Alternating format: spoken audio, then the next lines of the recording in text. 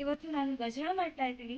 ಈ ವಿಡಿಯೋ ನಿಮಗೆ ಇಷ್ಟ ಆದರೆ ಲೈಕ್ ಮಾಡಿ, ಶೇರ್ ಮಾಡಿ, ಸಬ್ಸ್ಕ್ರೈಬ್ ಮಾಡಿ, ಹಾಗೆ ಕಮೆಂಟು ಕೂಡ ಮಾಡಿ. ಪೂಲನ್ಸ್ ಅಂತ ಈ ಥರದ್ದು 4 ಪೌಚನ್ನು ನಾನು ತೊಗೊಂಡಿದ್ದೀನಿ. ಇದರಲ್ಲಿ ಒಂದು ಪೂಲನ್ ಸೆಟ್ನಲ್ಲಿ ಒಟ್ಟು 6 ಪೂಲನ್ಸ್ ಇರ್ತದೆ. ಹೀಗಿರುತ್ತೆ.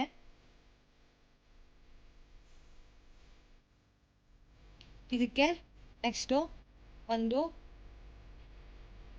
0.5ನ ತಂತಿಯನ್ನು ನಾನು ತಗೊಂಡಿದ್ದೀನಿ. ಅದು ಆಲ್ಮೋಸ್ಟ್ 9 ಇಂಚ್ ಇರುತ್ತೆ. ಜೊತೆಗೆ ಒಂದು ಗ್ರೀನ್ ಟೇಪು, ಜೊತೆಗೆ ವೈಟ್ ಕಲರು ಫ್ಲವರ್ಸು, ಈ ಥರ ಫ್ಲವರ್ಸ್ ತೊಗೊಂಡಿದ್ದೀನಿ. ಈ ಥರ 2 ಪೌಚ್ ತೊಗೊಂಡಿದ್ದೀನಿ ನಾನು. ಇದರಲ್ಲಿ ಒಂದು ಪೌಚಲ್ಲಿ ಒಟ್ಟು 6 ಫ್ಲವರ್ಸ್ ಇರುತ್ತೆ. ಇದನ್ನು ಈ ಥರ ಓಪನ್ ಮಾಡಿ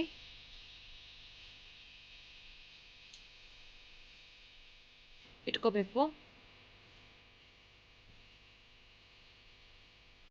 ಸೀಸರ್ನ ಇಟ್ಕೊಂಡಿದ್ದೀನಿ ನೋಡಿ. ನಾನು ಹೀಗೆ ಎಲ್ಲ ಫ್ಲವರ್ಸ್ನು ಬಿಡಿಸಿ ಬಿಡಿಸಿ ಇಟ್ಕೊಂಡಿದ್ದೀನಿ. ಈ ಥರ ನಾವು ತಂತಿ ತೊಗೊಂಡಿದ್ವಲ್ಲ, ಆ ತಂತಿನ ಈ ಥರ ಫೋಲ್ಡ್ ಮಾಡ್ಕೋಬೇಕು. ಹೀಗೆ ಒಂದ್ರ ಮೇಲೆ ಒಂದು ಕರೆಕ್ಟಾಗಿ ಬರಬೇಕು ಕೆಳಗವರೆಗೂ. ಈ ಥರ ಸ್ವಲ್ಪ ಟೈಟಾಗಿದ್ದರೆ ಚೆನ್ನಾಗಿರುತ್ತೆ. ಹೀಗೆ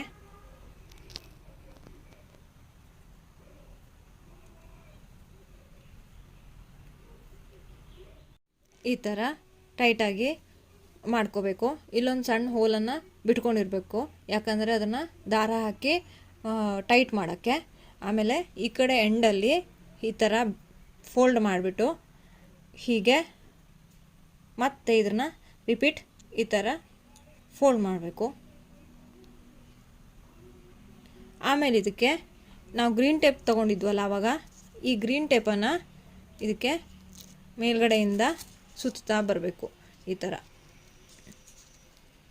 ಹೀಗೆ ನೀಟಾಗಿ ಗ್ರೀನ್ ಟೇಪನ್ನು ಟೈಟಾಗಿ ಸುತ್ತಬೇಕು.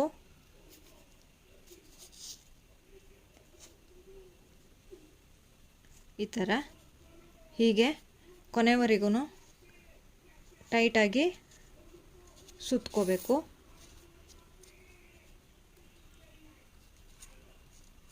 ಹೀಗೆ ನಾನೀಗ ಇದನ್ನು ಲಾಸ್ಟಲ್ಲಿ ಇದ್ದೀನಿ. ನಾನೀಗ ಇದನ್ನು ಕಟ್ ಮಾಡ್ತಿದ್ದೀನಿ. ಕಟ್ ಮಾಡಿರೋ ಪೀಸನ್ನು ಈ ಥರ ಹೀಗೆ ಫೋಲ್ಡ್ ಮಾಡಬೇಕು. ಆಗ ಅದು ಅಂಟ್ಕೊಳ್ಳುತ್ತೆ. ಈ ಥರ ಕಾಣಿಸುತ್ತೆ ತಂತಿ.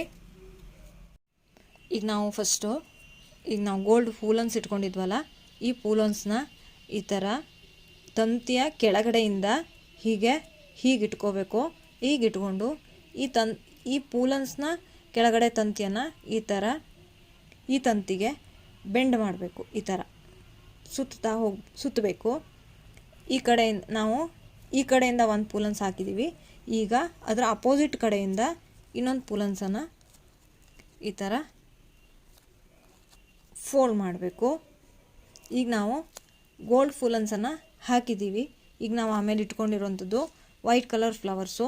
ಈ ವೈಟ್ ಕಲರ್ ಫ್ಲವರ್ಸನ್ನು ಈ ಗೋಲ್ಡನ್ ಪೂಲನ್ಸ್ ಪಕ್ಕದಲ್ಲಿಟ್ಟು ಹೀಗೆ ಬೆಂಡ್ ಮಾಡಬೇಕು.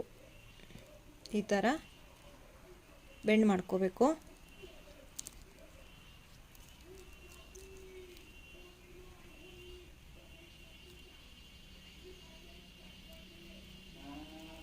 ಆಮೇಲೆ ಈ ವೈಟ್ ಪೂಲನ್ಸ್ಗೆ ಅಪೋಸಿಟ್ ದಿಕ್ಕಲ್ಲಿ ಇನ್ನೊಂದು ವೈಟ್ ಕಲರ್ ಫ್ಲವರ್ಸ್ ಇಟ್ಟು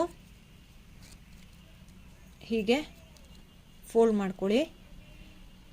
ಈಗ ನಾವು ಒಂದು ಗೋಲ್ಡ್ ಪೂಲನ್ಸು ಮತ್ತು ಒಂದು ವೈಟ್ ಫ್ಲವರ್ಸನ್ನು ಹಾಕಿದ್ದಾಗಿದೆ.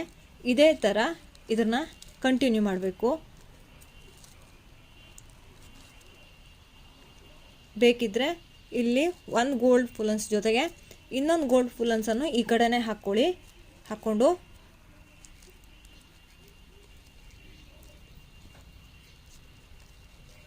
ಈ ಥರ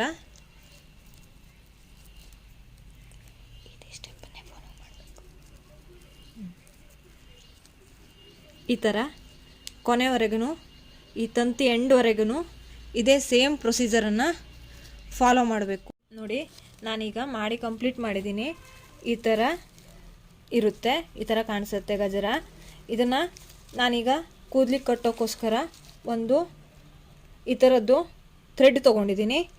ಈ ಥ್ರೆಡ್ನ ಹೀಗೆ ಫೋಲ್ಡ್ ಮಾಡಿಬಿಟ್ಟು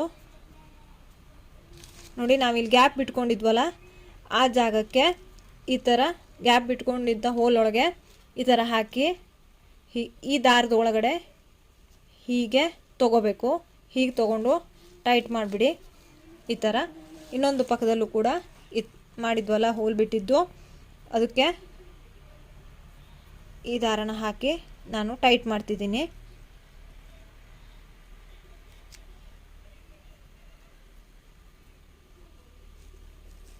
ನೋಡಿ ಈಗ ಗಜರ ರೆಡಿಯಾಗಿದೆ. ಈ ಥರ ಕಾಣಿಸುತ್ತೆ. ನೋಡಿ ನಾವು ಗೋಲ್ಡ್ ಕಲರ್ ಹಾಕಿದ್ವಿ, ಫಸ್ಟ್ ಗೋಲ್ಡ್ ಕಲರ್ ಹಾಕಿದ್ವಿ, ಆಮೇಲೆ ಲಾಸ್ಟ್ ಕೂಡ ಗೋಲ್ಡ್ ಕಲರ್ನೇ ಹಾಕಿದ್ದೀವಿ. ಈ ಥರ ಕಾಂಬಿನೇಷನಲ್ಲಿ ನಿಮಗೆ ಯಾವ ಕಲರ್ ಇಷ್ಟನೋ ಆ ಕಲರ್ ತೊಗೊಂಡು ಫ್ಲವರ್ಸು ಪೂಲನ್ಸು ತೊಗೊಂಡು ಹೀಗೆ ಗಜರನ ರೆಡಿ ಮಾಡ್ಕೋಬೋದು. ಕೂದಲಿಗೆ ಹಾಕಿದ್ರೆ ಚೆನ್ನಾಗಿ ಕಾಣಿಸುತ್ತೆ. ಮ್ಯಾರೇಜ್ ಫಂಕ್ಷನಲ್ಲೆಲ್ಲ ಈಗ ಇದನ್ನೇ ಯೂಸ್ ಮಾಡ್ತಿದ್ದಾರೆ. ನೋಡಿ ನಾನು ಗಜರ ಕಂಪ್ಲೀಟ್ ಮಾಡಿದ್ನಲ್ಲ, ನೋಡಿ ಗಜರ ಈ ಥರ ಬರುತ್ತೆ. ನೋಡಿ ಹೀಗೆ ಕಾಣಿಸ್ತಾ ಇದ್ದೀನಿ. ನಾನು ಕೂದಲಿಗೆ ಹಾಕಿದ್ದೀನಿ. ಈಗ ನೋಡಿ ಕೂದಲಿಗೆ ಹಾಕಿದಾಗ ಈ ಥರ ಕಾಣಿಸುತ್ತೆ. ಕೆಳಗವರೆಗೂ ನೋಡಿ, ಕೆಳಗವರೆಗೂ ಅದು ಟೈಟಾಗಿ ಕೂತಿದೆ. ನಾನು ಆ ಥ್ರೆಡ್ನಿಂದ ಕೂದಲು ಅಡಿಗೆ ಗಂಟಿನ ಅಡಿಗಡೆ ಹಾಕಿ ಟೈಟಾಗಿ ಕಟ್ಟಿದ್ದೀನಿ. ನೋಡಿ ಈ ಥರ ಕಾಣಿಸುತ್ತೆ. Thanks for watching.